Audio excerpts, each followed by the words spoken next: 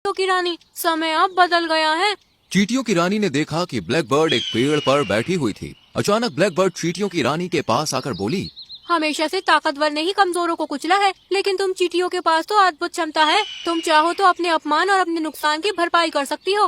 वे कैसे? जानती हो उसने तुम्हारा ही घर क्यों कुचला? क्योंकि तुम सबसे कमजोर हो। तुम्हारा घर उजाड़ना उसके लिए सबसे ज्यादा आसान काम था। और देखो ना, जंगल के किसी भी जानवर या पक्षी को तुमसे कोई लेना देना नहीं। क्या तुम्हारे टूटे हुए घर वापस आ सकते हैं? इतना बोलकर ब्लैक बर्ड उड़ती हुई वहाँ से चली गई और एक पेड़ पर जाकर हंसते हुए बोली, अरे ये जानवर अपने आप को पता नहीं क्या समझते हैं। सारे जंगल में सिर्फ इन्हीं का शासन है और हम पक्षी सिर्फ पेड़ों तक ही सीमित है। लेकिन ये नहीं जानते कि पक्षियों के दिमाग में भी बहुत शक्ति होती है। देखो मैं अपने दिमाग की शक्ति से कैसे एक चींटी से इन जंगल में रहने वाले जानवरों में तहलका मचवाती हूँ। इधर चिट्टी चींटियों की रानी से बोली, मुझे लगता है ब्लैक बर्ड सही कह रही थी। शायद तुम सही कह रही हो। हमारे साथ वाकई बहुत अन्याय हुआ है। हमें उस हाथी और बाकी जानवरों को सबक सिखाना ही होगा। चलो मेरे साथ। इतना बोलकर चींटियों की रानी सीधी उस हाथी के पास चली गई जो कि आराम की नींद सो रहा था। अचानक चींटियों की रानी ने सभी चींटियों को आदेश दिया, देखती क्या हो, इनके कान में घुस जाओ।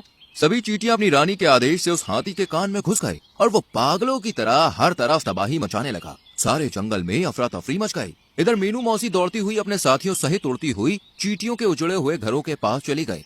लगता है हमने आने में काफी देर कर दी। तभी मीनू मौसी के कानों में ब्लैक बर्ड की आवाज टकराई। तुमने बिल्कुल सही कहा। मैंने तुम सबकी बातें पहले ही सुन ली थी। मुझे पता था कि तुम चींटियों की रानी की मदद करने जरूर आओगी। इससे पहले कि तुम अपना काम करती, मैंने अपना काम कर दिया है। ये गलत है ब्लैक बर्ड, तुम्हें ऐसा नहीं करना चाहिए। ब्लैक बर्ड, आखिर ऐसा करके तुम्हें क्या मिलेगा?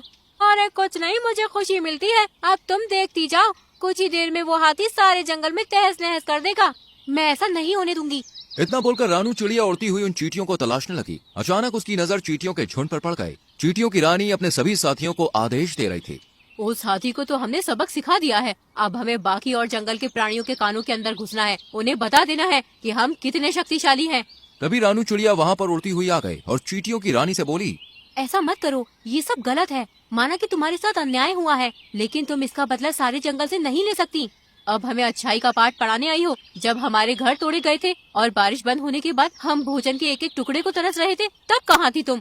तभी मीनू मौसी, कबूतर, काला कौवा और मोनू चिड़िया उड़ती हुई वहाँ पे आ गई। हम तुम्हारी ही मदद करने आ रहे थे, लेकिन इससे पहले ब्लैक बर्ड ने तुम्हारे कान भर दिए। अगर विश्वास नहीं होता तो हमारे सारे बाकी साथियों से पूछ लो। सभी साथियों ने मीनू मौसी की बात में हाँ में सर हिला दिया। देखो, तुम्हारे घर उस हाथी ने तोड़े थे। तुमने उसकी सजा उसे दे दी है। हम सारी चिड़िया आपस में मिलकर तुम्हारे घर को बनाएंगे। रानू चिड़िया की बात सुनकर चींटियों की रानी को अपनी गलती का एहसास हो गया। रानू